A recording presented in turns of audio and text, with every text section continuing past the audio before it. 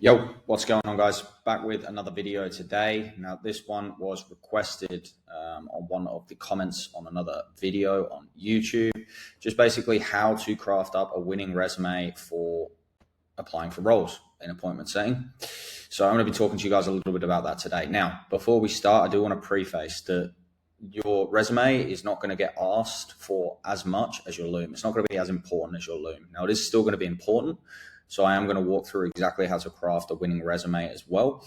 But what is going to be most important above all is going to be your Loom. So I'm going to walk you guys through both of those things, give you guys the recipe for drumming up a good Loom, a good resume, and getting yourself in the door when it comes to appointment setting and when it comes to sales. So to begin with, what I use always for my resumes is career.io. Now, the good thing about this is basically what you do is you put in your information, you select a style, a template, and AI basically does the whole resume for you. So you don't have to fuck around with all the formatting. You don't have to change the way that the words are written, et cetera, et cetera, et cetera. AI does everything for you. So the downside is it does cost, I think it's like $20 US for you to do it. It is a reoccurring payment. However, what I did is I just paid for it once and then just canceled my membership. So you guys can do the same. I won't go into my resume because it's got all my personal information on there, but you can see here basically name, details about me, email, phone number, stuff like that, my profile, employment history, things like that written there. So all you guys need to do basically is write down a little bit about yourself, a little bit about your experience, things like that.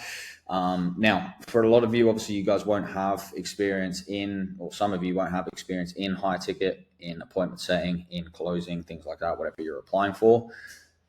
It doesn't matter, especially for appointment setting. You don't actually need experience. What I would recommend is whatever field you're working in previously.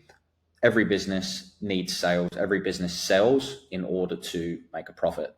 There needs to be some sales involved. So one of my friends who got into the high ticket industry, he had never done sales before in his life. He actually used to work for a company that used to go around and test people's smoke alarms in the business. So what did he put? He put that he used to upsell equipment. He used to upsell things to help the company be more fire safe. Now, he didn't actually do that. All he did was test the equipment. However, he mentioned that because obviously that is part of the company. The company do sell that stuff. So he mentioned in his application, in his video, and in his resume that that was part of his gig and that was some of the experience he gained within sales. So you guys can do the same. If you used to work in retail, obviously retail involves sales.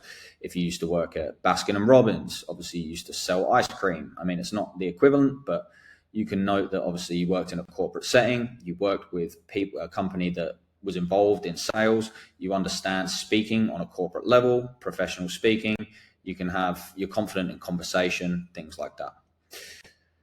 So that will really help your resume. What I used to do is I used to just go on ChatGPT. I used to give it a rough outline of what I wanted to write in each section. And then I would go to Quillbot.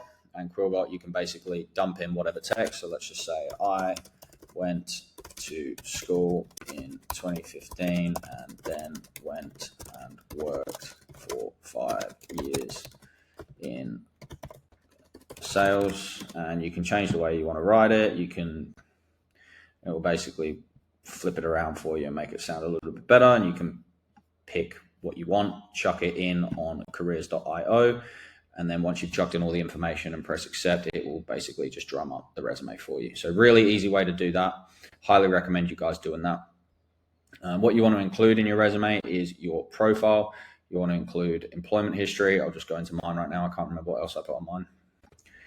Cool. So yeah, I just basically put profile, employment history, my top skills, my programs and trainings completed, and also some references as well. So you guys can do that. Very easy, very simple. You can pick the style, you can pick the layout, you can get all your information. You just need to give ChatGPT a bit of a summary of what you used to do, get it to write it out for you, chuck it in Quillbot, get it rephrased, read over it, make sure it makes sense, chuck it in here. Pay $20, you get to do it once, and then you cancel your subscription. All done, you have a resume. Now, I'm going to go over Looms. Now, Looms are the most important thing. Looms are actually going to ask for more often than your resume than not. Most people ask for Looms these days. The reason they ask for Looms is they want to make sure that you're presented correctly. You can speak on camera, that you're not a complete imbecile. basically. Okay, so I'm going to go over a couple of looms now. Now, the first one I'm going to show you is actually a loom I set for an application I did well over a year ago. Now, my hair in this is absolutely horrendous. My hairstyle is horrendous. So I'm going to show you guys, not at the benefit of myself, but for the benefit of you. So as you can see here, this is an example of a shit loom. You can see that my facial expression, terrible. You want to be happy. You want to be smiley. You want to show that you have good energy. I made a mistake of leaving my piercings in. If you've got piercings, take them out. My hair is fucking shocking. Look at the state of it. I remember shooting this loom. I didn't want to do it because I woke up and I was like, I've got to do that loom today. And I didn't want to do my hair just for the sake of a loom. Not good enough. Do your hair. Look presentable. My moustache isn't well kept. I am wearing a collared shirt, which is always a positive. And then another important thing as well is the lighting and the background. Make sure there's not too many distracting things in the background. You've not got funny looking wallpaper or anything like that. Just a nice plain black background. Avoid as well any photos if you can. It can't always be done. I did this in my parents' study, but try and avoid that if possible. As you can see, there's a couple of pictures in the background there. I have a microphone, always a positive, but you can see in general just by my facial shape and, you know, my hair, piercing, it's just I don't look very well kept, right? Now, I'm going to show you another one. Now, this one is done by Joe. Now, Joe just got his first role, or one of his first roles in appointment setting recently, and he sent me this loom, just asked me if it was all good, how was it looking, and it was a great loom. Everything was fantastic. He spoke really well, as you can see here.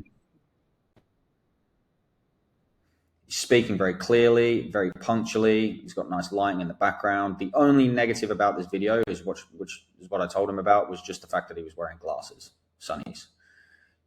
So that's the only negative. He spoke really well. He spoke about his experience. He spoke how he's been speaking to corporate people in the past. And he recently just got himself a appointment setting gig that was sent over to him, which is awesome. He actually sent me another one a few days later, and this is exactly what I was talking about. Better lighting, smiling, happy, neat, wearing a nice shirt. Doesn't need to be a collared shirt, but he's looking presentable. He's outside. And there's a difference. Cool. Awesome. Great video. Another one here from Nicholas. So I'm not going to show you the whole video because obviously it's not my video to show, but you can see here, good lighting, background, not too many distractions. He's sat in a nice chair. He's wearing a shirt, good lighting, kept neat, very good. Smiling, good facial expressions. Not like mine over here, where look at that, all tense,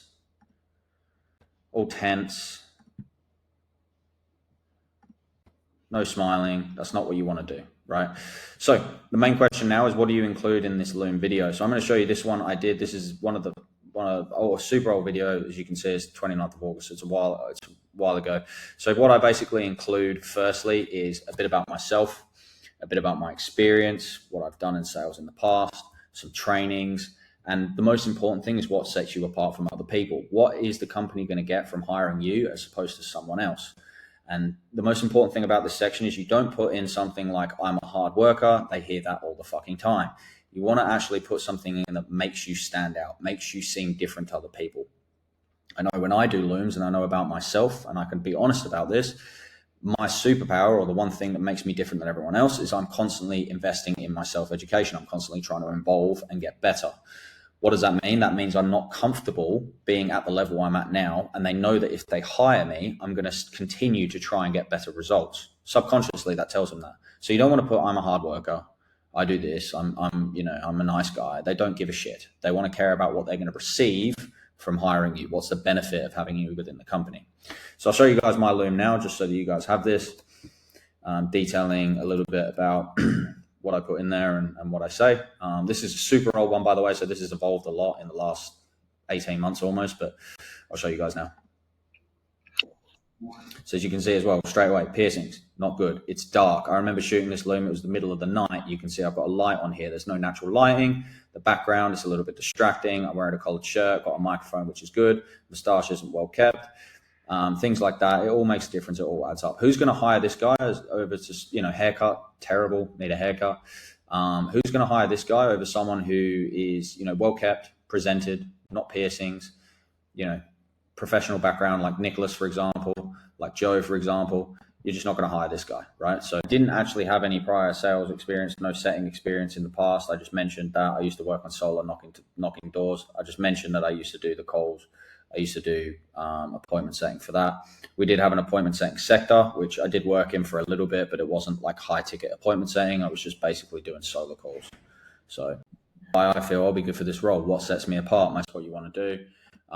So yeah, I noted about, experience in sales. I noted about the fact that I'm constantly investing in my self-education. I'm a hungry individual. So those things all make a difference. The only thing is obviously the way I was kept. I wasn't looking. It was tired. It was fucking nighttime.